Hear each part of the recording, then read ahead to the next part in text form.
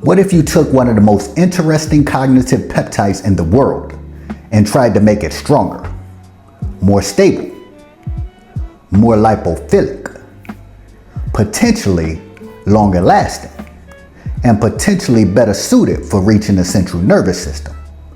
That, in simple terms, is the ideal behind Adamax. And if you already know Semax, think of Adamax as an attempt to create Semax supercharged. But here's what's strange. Semax has been discussed for years and has been researched for neurological function. It's been studied in humans.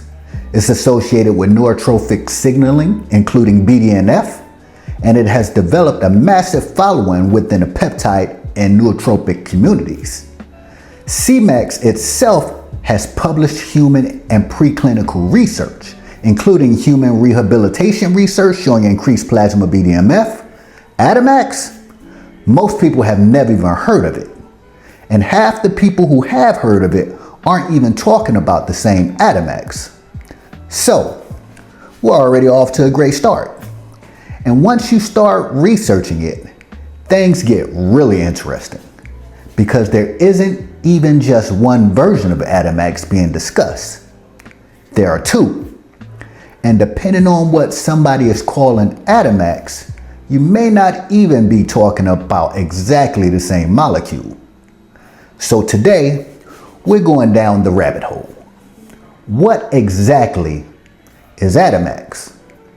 How is it related to Semax? What does adamantane modification potentially change? What's the difference between the 984 and 1032 Dalton versions? What are people actually reporting when they use it? And most importantly, is Adamax really Semax supercharged? Or is the hype moving faster than the science? Hello everyone, and welcome back. I'm Kareem Haskett, founder of Kareem Haskett Performance and Longevity Consulting and a certified biohacking coach. On this channel, we separate science from hype, helping you understand peptides, bioactive compounds, performance optimization, longevity, and the cellular pathways governing how your body responds. Quickly, before we get into it, if you're wondering where I source the compounds I discuss, I use three pathways: physician-prescribed pharmaceutical compounds through a telehealth platform and 503A compounding pharmacy, bioactive oral compounds, and a trusted research source for compounds unavailable through my telehealth platform. You can access all three through my website at KareemOptimized.com. Link is in the description. And as always, this video is for educational purposes only and should never be considered medical advice. Always consult an appropriately licensed healthcare professional before using peptides, hormones, prescription therapies, or other compounds. Individual risks, contraindication, interactions, and appropriate medical monitoring should always be evaluated with your healthcare provider. Now, what the hell is Adamax? First, you have to understand Semax.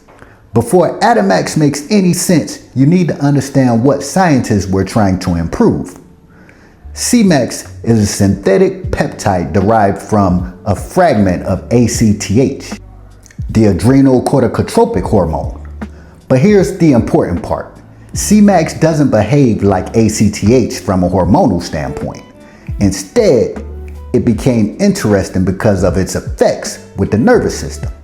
Research surrounding Semax has investigated things like attention, memory, neuroprotection, neurologic recovery, neuroplasticity, and particular BDNF, brain-derived neurotrophic factor.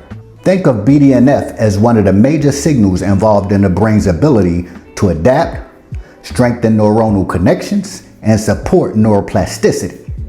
Semax has also been investigated for its interactions with monoaminergic systems, including dopamine-related signaling. That's why Semax eventually became much bigger than simply a neurological research compound. It became one of the best-known cognitive peptides in the optimization world. People started using it around focus, mental energy, learning, memory, productivity, and cognitive performance. But Semax has a limitation shared by many peptides. Peptides get broken down, Enzymes don't care how interesting your compound is. They didn't subscribe to your YouTube channel. They're not impressed. Their job is to degrade peptide chains. And that's where Adamax enters the conversation. The idea behind Adamax is surprisingly clever. Instead of abandoning the Semax architecture, they sought to modify it. And one of the defining modifications associated with Adamax is something called an adamantane group. Adamantane is a rigid, cage-like hydrocarbon structure, and importantly, it's highly lipophilic. In simple English, it likes fat. Finally, a scientific concept most of us can relate to. Why does that matter?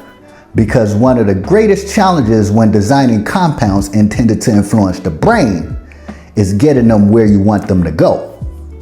The brain is protected by the blood-brain barrier, and lipid solubility can dramatically influence how molecules interact with biological membranes. So the theory behind adding an adamantane-related structure is fascinating.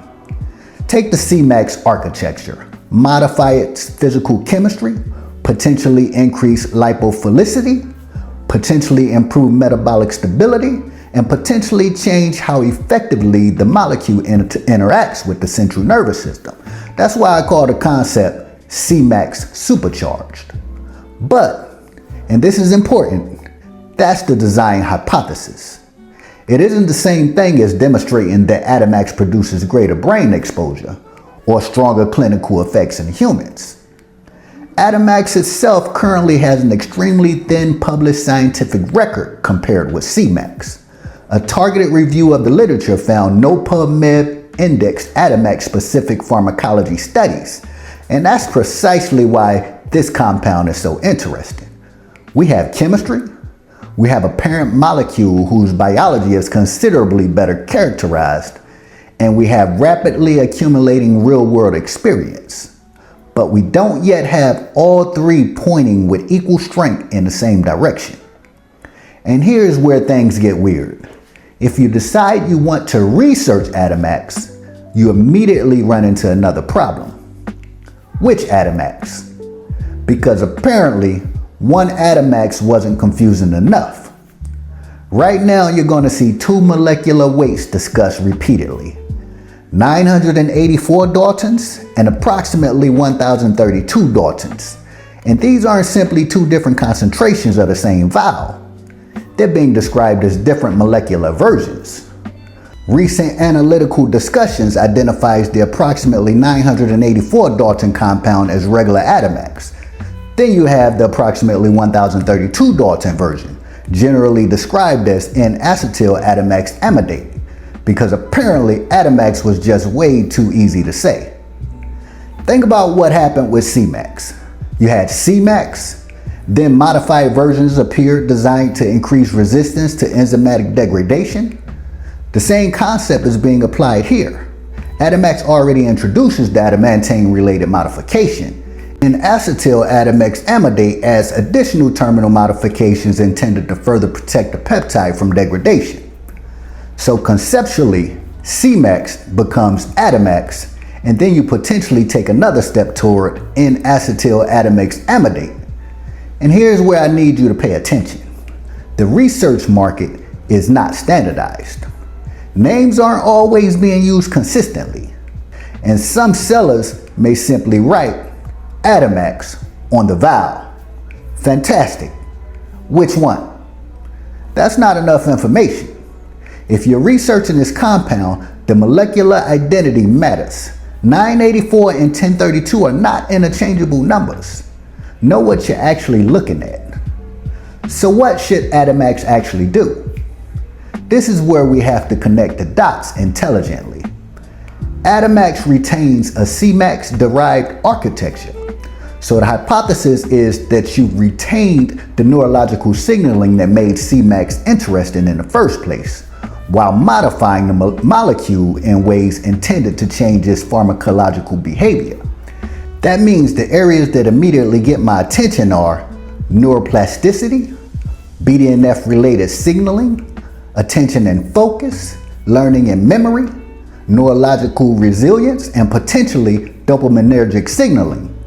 But I want to make an important scientific distinction here. Those mechanisms aren't substantially better established for Cmax than for Adamax. We shouldn't take every known Cmax effect, attach an adamantane group, and automatically declare every effect stronger. If pharmacology worked like that, my job would be considerably easier. That's not how pharmacology works though. Structural modifications can change potency, distribution, metabolism, duration, receptor interactions, and sometimes even the character of the compound itself. So the interesting question isn't simply, does Adamax do what Cmax does? It's, how does modifying Cmax change what Cmax does? That's a much better question. Now let's talk about what people actually report. And this is where Adamax starts developing a reputation. Among people who have experimented with both Cmax and Adamax, recurring reports describe Adamax as more noticeable, more intense, longer lasting, more stimulating, and for some people, considerably stronger cognitively. There are even people who report getting relatively little from standard Cmax, but noticing Adamax much more clearly. At the same time, the reports aren't universally positive. Some users prefer Cmax's cleaner or milder subjective profile, while others describe Adamax as simply too intense. Recent community discussions contain examples on both sides, and that's valuable information. Not because anecdotes magically become randomized trials. If they did, Reddit would be the world's largest medical school. But because repeated human experience is another form of evidence, particularly when we're trying to understand subjective effects that haven't yet been formally characterized. Chemistry tells us what might happen. Cmax research tells us what the parent architecture can do. Human experience tells us what people are actually noticing. Then we look for convergence. And that's how I evaluate emerging compounds. So why exactly is no one talking about Adamax? Because Adamax is living in one of the strangest places a compound can exist. It's too new and obscure for mainstream medicine. It's too poorly standardized for conventional peptide clinics. It has almost no dedicated published literature, and apparently we can't even agree on what to put on the vial. So that doesn't exactly help. Most people already familiar with cognitive peptides simply know Cmax and C-link. And even within the research community, people can't always agree on exactly which Adamax they're talking about. That's a recipe for obscurity. But it's also exactly why Adamax deserves attention. Because emerging compounds don't suddenly become interesting on the day somebody publishes a randomized controlled trial. The molecular design exists first. The mechanistic hypothesis develops. People begin experimenting, patterns emerge, and eventually formal research catches up or disproves the hypothesis.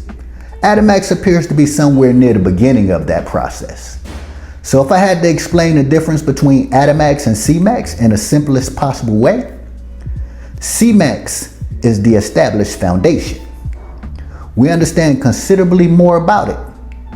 It has published research. It has human experience spanning years. Its neurological signaling is much better characterized. Adamax is the experimental evolution of the concept. Take that Semax-derived architecture, change the chemistry, introduce adamantane-related modification, potentially increase stability and lipophilicity, and ask whether you can create a more pharmacologically capable cognitive peptide. That's the bet. And then N-Acetyl Adamax Amidate potentially pushes that ideal another step by adding terminal protection intended to further resist enzymatic degradation. Cmax, Adamax, N-Acetyl Adamax Amidate, same family tree, increasing levels of molecular modification, but not interchangeable evidence basis. So after everything I just said, who would actually be interested in Adamax? This isn't the peptide I'd immediately associate with somebody simply trying to lose 10 pounds. And if that's why you clicked this video, wrong rabbit hole. Adamax gets interesting when the target is the brain. Someone interested in cognitive performance, focus, mental endurance, memory, learning, neuroplasticity, or simply exploring the next generation of cognitive peptides beyond Cmax. That's the audience Adamax speaks to. And if you've used Cmax before and thought, I understand what this pathway can do, but what happens if we improve the delivery architecture? Adamax becomes very difficult to ignore. All right, here's the bottom line. Is Adamax Cmax supercharged? From a molecular design standpoint, that's exactly what it is trying to be. You're starting with a Semax-derived architecture and modifying it in a way intended to improve characteristics such as stability and lipophilicity. And the real-world reports are interesting enough that I'm paying attention. But Adamax is also a perfect example of why we have to understand where our evidence comes from. Cmax gives us the established biological foundation. Chemistry gives us the rationale for modifying it. Adamax gives us the new molecular hypothesis, and real-world users give us the first clues about how those changes may translate into actual experience. The next step is better characterization and research. Because if the molecular engineering actually produces what it's designed to produce, Adamax could become one of the most interesting cognitive peptides almost nobody is talking about. Yet, if you found value in this breakdown, hit that thumbs up button, subscribe to the channel, and let me know in the comments. Have you tried Cmax or Adamax? And could you tell the difference? And if you're trying to figure out which compounds actually make sense for your performance, recovery, cognitive, or longevity goals, head over to KareemOptimized.com and request your free personalized performance protocol. Answer the short questionnaire, I'll build the strategy around you. The goal isn't more compounds. The goal is the right compounds for the right objective and the right strategy. Until next time, stay informed, stay intentional, keep optimizing.